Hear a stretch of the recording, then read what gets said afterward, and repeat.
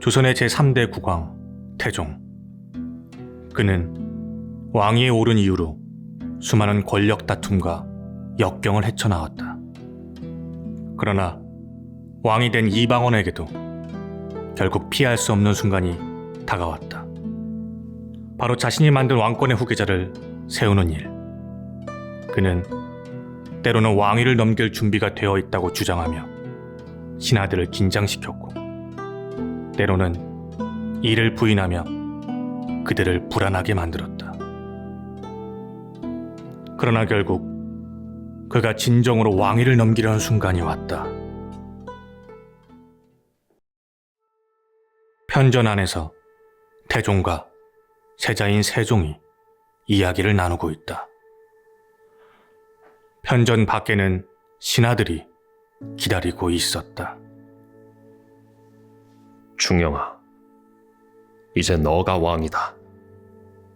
내가 이 자리를 물러나는 이유는 단순히 나이가 들었기 때문만이 아니다. 이 나라의 미래는 너의 손에 달려있다. 이제 너는 왕이 되어야 한다. 너가 준비됐든 아니든 그 길은 이미 열렸다. 전하, 제 마음은 아직 준비되지 않았습니다. 아직 아버지가 이렇게 멀쩡하신데 제가 왕이 되다니, 그 무게가 너무나 크고 두렵습니다. 저는 아직 제가 그 자리에 맞는지 잘 모르겠습니다. 너는 이제 더 이상 세자가 아니다. 너는 조선의 왕이다. 그 자리가 너가 걸어가야 할 길이다. 왕이 되는 길은 언제나 고통과 책임을 동반한단다. 천하에 준비된 자는 없고, 준비는 시간이 아닌 결단에서 비롯된단다. 아바마마의 결정에 따르겠습니다. 이 면복을 입거라. 면복은 그 누구에게도 허락되지 않기 때문에 신하들도 네가 면복을 입은 모습을 보게 되면 더 이상 이의를 제기하지 못할 것이다. 어깨를 당당히 펴거라. 고개도 빳빳이 들고. 왕이 된다는 것은 네 눈앞의 신하들, 더 나아가 눈에 보이지 않는 백성들, 그리고 선왕들의 의지를 이어 조선을 평화롭고 부강하게 만들어야 하는 의무를 지니게 되는 것이다. 자, 나가자. 이번에도 또 선의 파동인가? 아니면 왕께서 정말 이 자리를 넘기신 것인가? 이번에는 다른 것 같사오만 면복은 오로지 왕께서만 입을 수 있는 옷입니다. 단순한 의복이 아니라 왕의 상징 아닙니까? 모두들 듣거라. 충령은 왕이 되었다. 이제 너희가 해야 할 일은 충령의 명을 따르는 것이다. 그의 앞에 무릎을 꿇고 그가 왕임을 인정하라. 그 외에는 더 이상 말할 필요가 없다. 자, 한마디 해야지.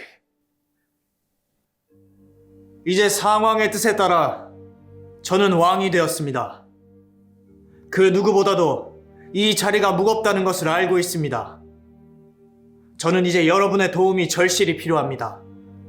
조선의 길은 혼자 힘으로는 갈 수 없는 길입니다. 여러분이 함께 해준다면 제게 주어진 이 책임을 다할 수 있을 것입니다. 조선을 더욱 강하게, 더욱 번영하게 이끌 수 있도록 여러분의 경험과 지혜를 빌려주십시오. 전하, 상왕의 명을 따르겠습니다. 경축드리옵니다, 전하. 경축드리옵니다, 전하! 편전 밖으로 태종은 천천히 걸어 나온다. 태종의 표정에는 후련함과 약간의 쓸쓸함이 공존한다. 충영아, 이제 너의 앞길은 내가 아닌 너 스스로가 만들어가야 한다. 하지만 기억해라. 그 길이 아무리 험난할지라도 너는 왕이다. 조선의 백성은 너의 결단과 강단에 따라 웃고 울 것이다. 나는 이제 물러나도 좋다. 하지만 내 마음은 언제나 궁궐의 기둥 속에 백성들의 마음 속에 있을 것이다. 너도 그리하거라. 아버지, 아니, 상왕께서 저를 이리 믿어주신다면 그 믿음에 보답할 수 있도록 모든 힘을 다하겠습니다. 이 조선의 이름을 더 높이 세우겠습니다. 그것이 내가 바라는 유일한 것이다. 자, 이제 백성들에게도 새로운 왕이 나섰음을 알려야 하겠지. 훌륭한 왕이 등장했으니 나와의 이별을 슬퍼할 시간은 없을 것이다.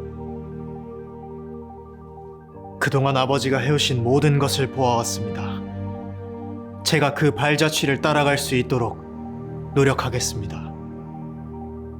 그러나 아버님, 어찌 왕위를 물려받은 제가 이리도 마음이 무겁단 말입니까?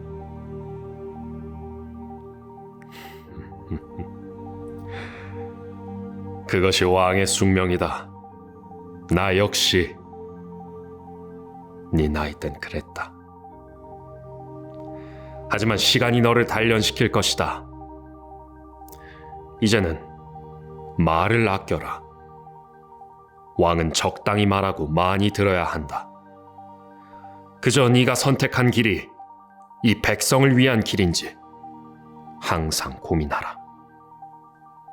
그거면 된다. 세종은 편전으로 다시 돌아온다.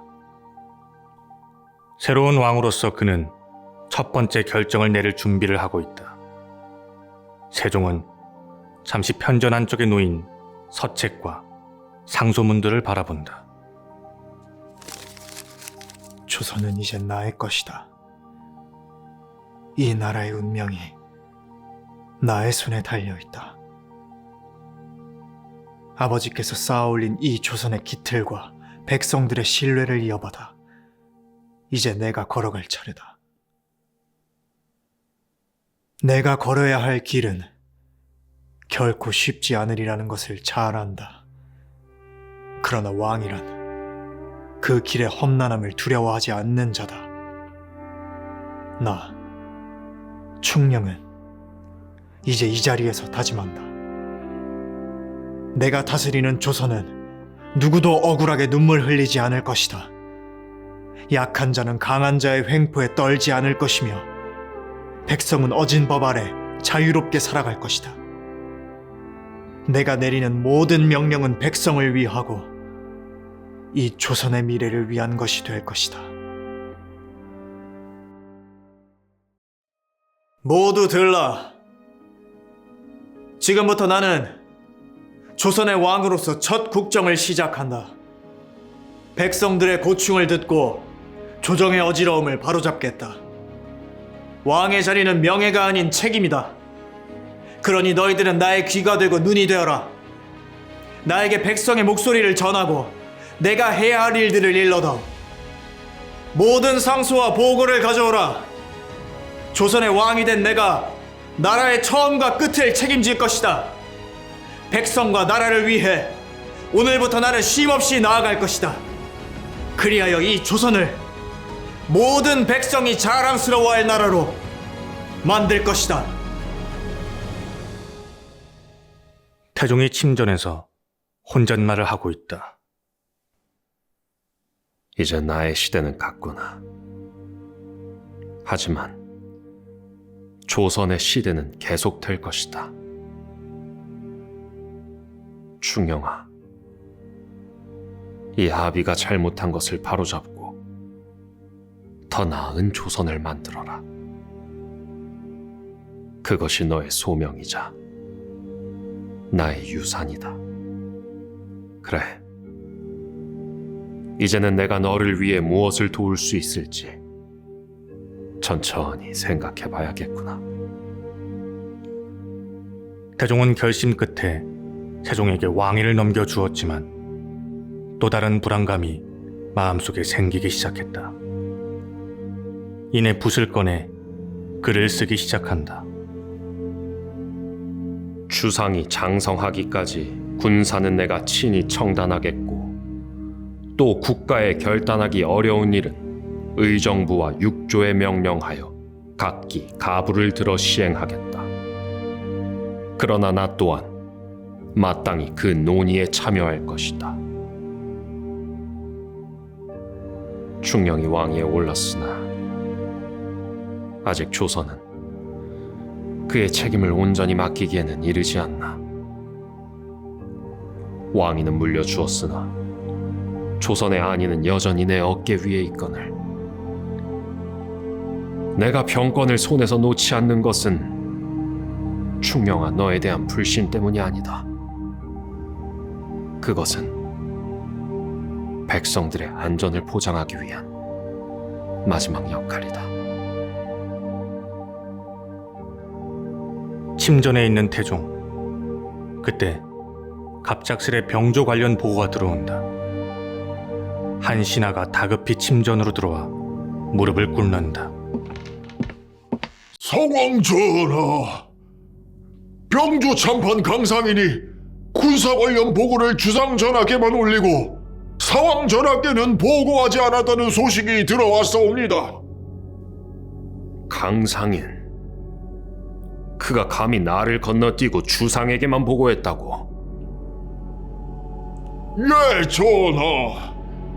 더불어 그의 동생을 불법으로 관직에 청탁한 일도 확인되었사옵니다. 그놈이 감히 조정의 질서를 어기고 내 명을 무시한단 말이냐? 병권은 내가 직접 다스린다고 분명히 못 박지 않았느냐? 강상인을 의금부로 끌고 오라. 내가 친히 그 죄를 국문하겠다. 의금부 안. 강상인은 포박된 채로 태종 앞에 끌려온다. 그는 고개를 떨군 채 무릎을 꿇는다.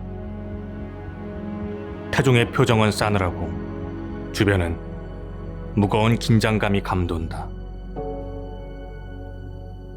강상인, 내가 병권을 놓지 않겠다고 했던 말을 잊었느냐? 너는 왜 내게 보고하지 않고 주상에게만 보고했느냐? 상황전하, 저의 충정이 잘못된 방향으로 나아갔음을 인정하옵니다. 주상전하께서 이제 왕위를 물려받으셨기에 그를 보필하라는 마음이 앞섰을 뿐이옵니다. 충정? 그것이 충정이라면 왜 내 명을 어기고 조정의 질서를 어지럽혔느냐? 너는 나와 함께 수많은 세월을 보냈는데 내가 병권을 손에서 놓지 않은 이유를 알지 않느냐? 상황전하, 제가 어리석었습니다. 다만 주상전하께 새롭게 적응하는 과정에서 핑계대지 말거라! 너의 행동은 단지 실수가 아니라 조정을 어지럽히는 큰 죄다. 내가 병권을 계속 맡겠다고 한 이유는 단 하나다. 오로지 조선의 안정을 위해서다. 네가 그 기본 원칙을 어겼으니 이는 곧 나를 배신한 것과 다를 바 없다. 전하, 제가 잘못했습니다.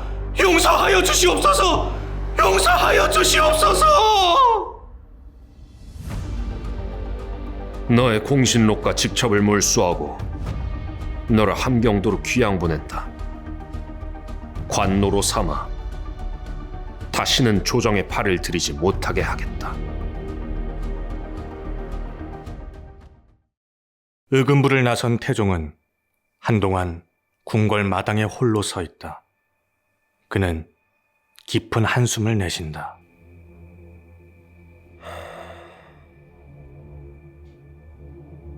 강상인,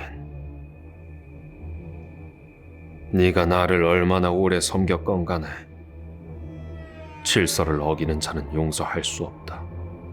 내 손으로 너를 키웠고 너의 공을 인정했다. 하지만 그 신뢰를 배신한 순간 너는 공신이 아닌 죄인이 되었다.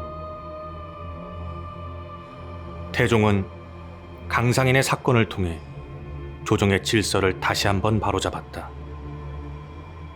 그의 냉혹한 처벌은 단지 강상인 개인에 대한 것이 아니었다.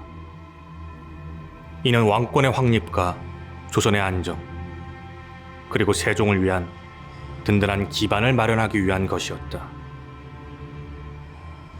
태종의 결단은 세종 치세의 기틀을 다졌고, 조선은 그의 손에서 새롭게 태어나고 있었다.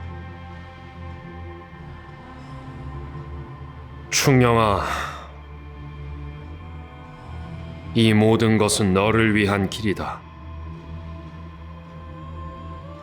조정의 혼란은 왕권의 균열로 이어지고, 왕권의 균열은 백성의 고통을 가져온다.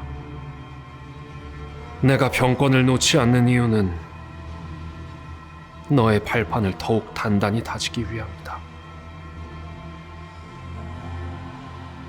충명이 네가 진정한 왕이 될 때까지 내가 이 모든 무게를 짊어질 것이다.